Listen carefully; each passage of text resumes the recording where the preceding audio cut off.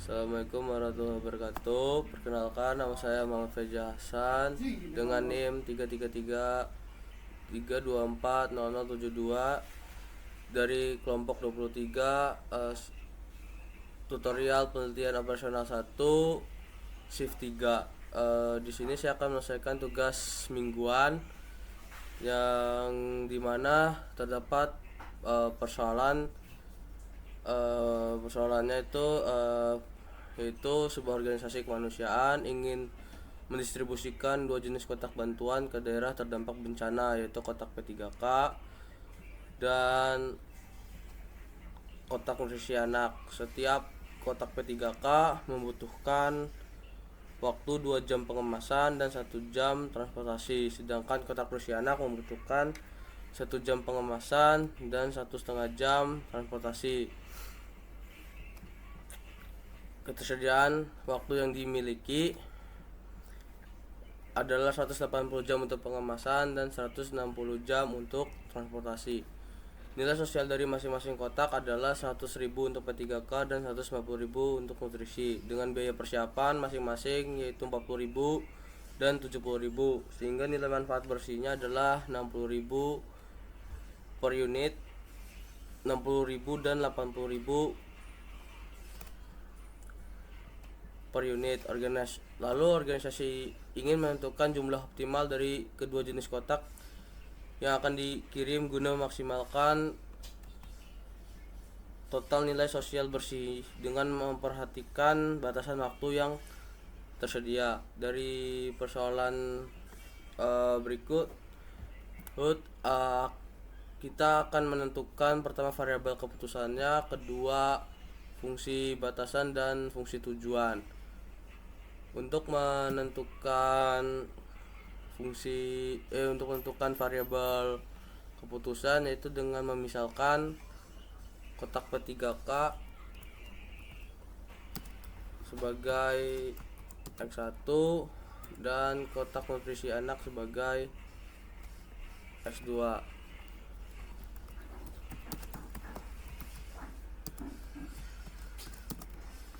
Ini adalah variabel keputusannya. Berikutnya untuk menentukan fungsi batasan dan fungsi tujuannya, untuk mempermudah menentukan tersebut menggunakan tabel. Kita akan menggunakan tabel yang ada di Word ini.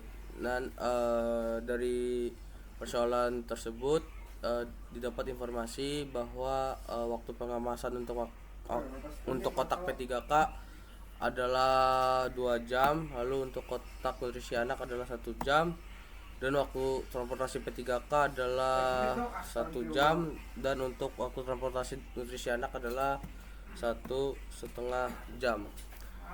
Kotak pengemasannya dengan total 180, dan untuk waktu transportasi adalah 160. Di sini kita akan menggunakan nilai manfaat bersihnya, yaitu untuk kotak P3K senilai Rp60.000 dan untuk nutrisi anak yaitu Rp80.000. Kemudian dari nilai pada tabel tersebut bisa kita buat fungsi tujuan, yaitu fungsi tujuannya 60.000 X1 ditambah 80.000 X2, lalu kita membuat fungsi batasannya, yaitu 2X1 ditambahkan oleh X2 kurang dari sama dengan 180. Kemudian fungsi batasan yang keduanya itu X1 ditambahkan oleh 1,5 X2 kurang dari sama dengan 160, dan jangan lupa ditambahkan fungsi non negatifnya, yaitu senilai yaitu X1, X2 lebih dari sama dengan 0. Setelah mendapatkan fungsi tujuan, fungsi batasan dan kemudian kita akan masukkan informasi tersebut ke dalam Excel. Setelah itu kita akan ke Excelnya. Nah, di Excel ini sama seperti sebelumnya, kita akan memasukkan informasi pada persoalan ke dalam tabel. Yaitu pertama, waktu pengemasannya adalah selama 2 jam, untuk waktu transportasinya adalah 1 jam, dan untuk kondisi anak itu waktunya itu adalah 1 jam, dan yang kedua ada 1,5 jam. Kemudian kita masukkan total maksimumnya. Untuk waktu pengemasan ada 180, dan untuk waktu transportasi ada 160. Nah, di X1 nya ini kita akan masukkan data pemasukan nilainya itu 1 dan 0, lalu di X2 nya itu adalah 0 dan 1. Lalu untuk total maksimumnya adalah 0 dan 0. Nilai X1 dan X2 itu menandakan satu kotak dan menandakan satu kotaknya. X1 berarti satu kotak P3K dan X2 berarti satu kotak nutrisi anak. Dan nilai manfaatnya di situ nilainya 60.000. Jadi saya akan menggunakan nilai 60.000 saja karena kebanyakan nolnya, jadi saya menggunakan 60 dan ini saya menggunakan 80. Nah, berikutnya kita akan mengisi tabel total dengan cara menggunakan sum produk, yaitu sum produk. Kita memilih kolom B2 dan C2. Habis itu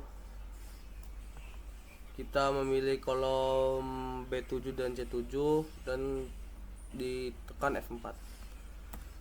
Kemudian angka 0 ini kita tarik ke bawah sampai ke nilai manfaat per unit.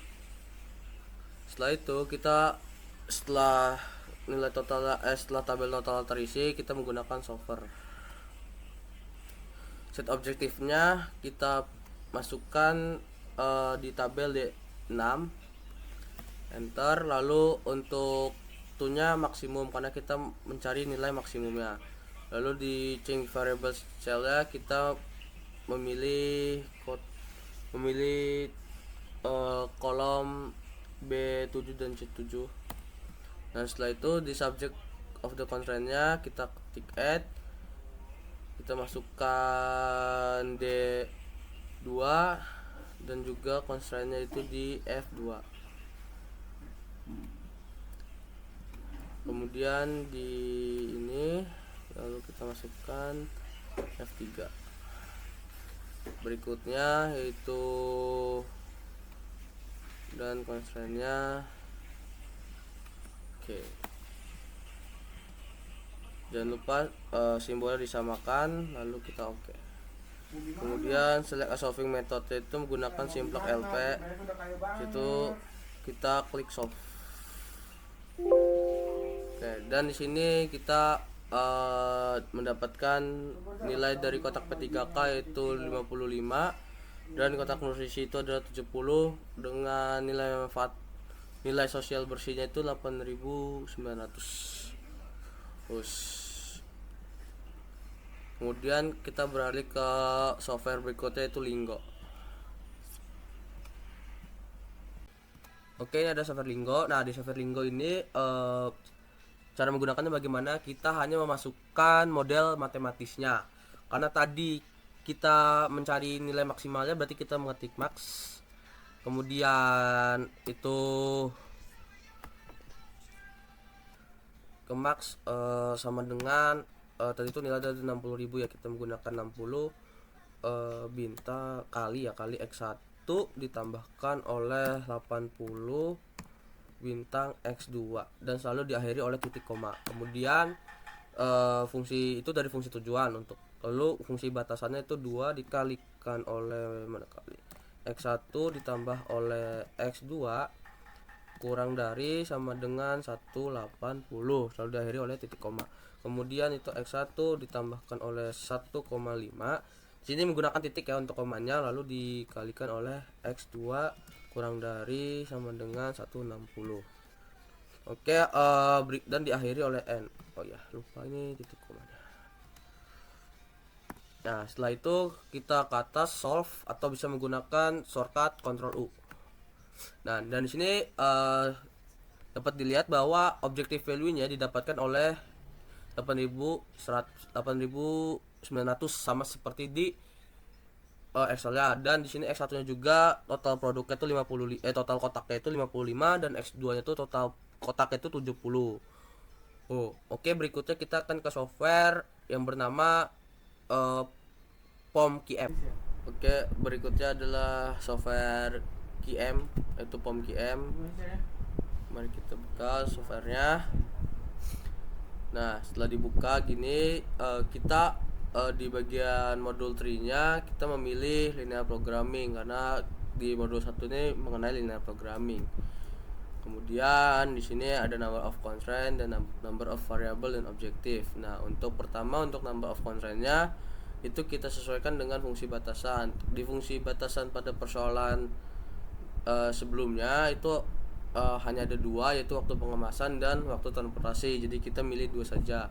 Namun apabila di fungsi batasannya ada 3, jadi kita milih number of constraint-nya juga 3. Nah, untuk number of variable ya, tadi kan kita sudah menentukan variabel keputusan. Nah, di variabel keputusannya itu hanya ada 2, yaitu X1 untuk P3K dan X2 untuk nutrisi anak.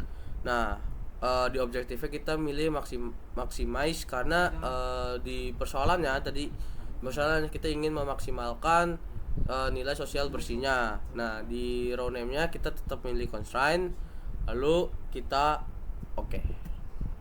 Nah, di sini kita menyesuaikan datanya dulu, yang dimana tadi X1 itu adalah P3K dan di X2 itu adalah nutrisi anak. Kemudian di constraint satunya itu adalah waktu pengemasan, dan di constraint 2 nya itu adalah waktu transportasi. Kemudian kita akan memasukkan data maximize-nya, yang dimana datanya itu adalah 60 untuk P3K dan 80 untuk nutrisi anak. Karena sebelumnya di dua software sebelumnya itu di Excel dan di Lingo kita menggunakan 60 dan 80. Namun di persoalannya itu adalah 60.000 dan 80.000. Nah, untuk waktu pengemasannya untuk kotak P3K itu adalah di waktu 2 jam, dan di nutrisi anak itu waktu pengemasannya adalah di 1 jam.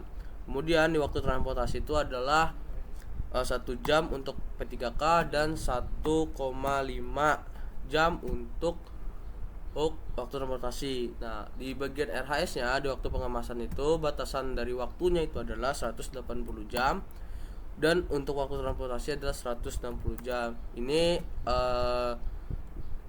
didapat dari persoalan tersebut. Kemudian setelah seperti ini kita akan lakukan solve. Namun sebelumnya di sini 15 dibacanya jadi sini 1,5. Oke, kemudian kita solve. Ya, dan di datanya sini didapatkan bahwa untuk kotak P3K atau X1 adalah 55 dan nutrisi anak adalah 70, dan didapat RHS itu adalah 8.900 sama seperti dua software sebelumnya. Oke, berikutnya kita akan ke software RStudio. Software RStudio. Oke, berikutnya software RStudio ya. Nah, di sini saya sudah mengetik ininya codingannya. Tetapi kalau ingin ngebuat file baru tuh pertama diklik file, lalu ke new file dan rscript, atau bisa juga dari sini new file. Nah, di sini saya akan membacakan programnya ya. Pertama tuh kita menginstal patch LP software-nya. LP soft ini tuh digunakan untuk menyelesaikan persoalan dari linear programmingnya. Lalu di sini ada library-nya. Lalu yang kedua itu ada f.obj yang bisa dibaca adalah fungsi objektif yang kegunaannya itu untuk menyimpan dari nilai fungsi tujuannya. Nah, tadi kan nilai fungsi tujuan itu 60.000 sama 80.000 ya. dan yang saya gunakan itu adalah 60 sama 80. Nah, kemudian ada fcon. Nah, fcon ini dibaca itu adalah function constraint atau bisa dibilang fungsi batasannya. Nah, dari fungsi batasan itu kan diketahui nilai x1-nya itu 2 sama nilai x2-nya 1 ya di baris pertama. Lalu di baris keduanya itu 1 sama 1,5. Nah, lalu di sini kita dibuat secara matriks dari fungsi batasan tersebut.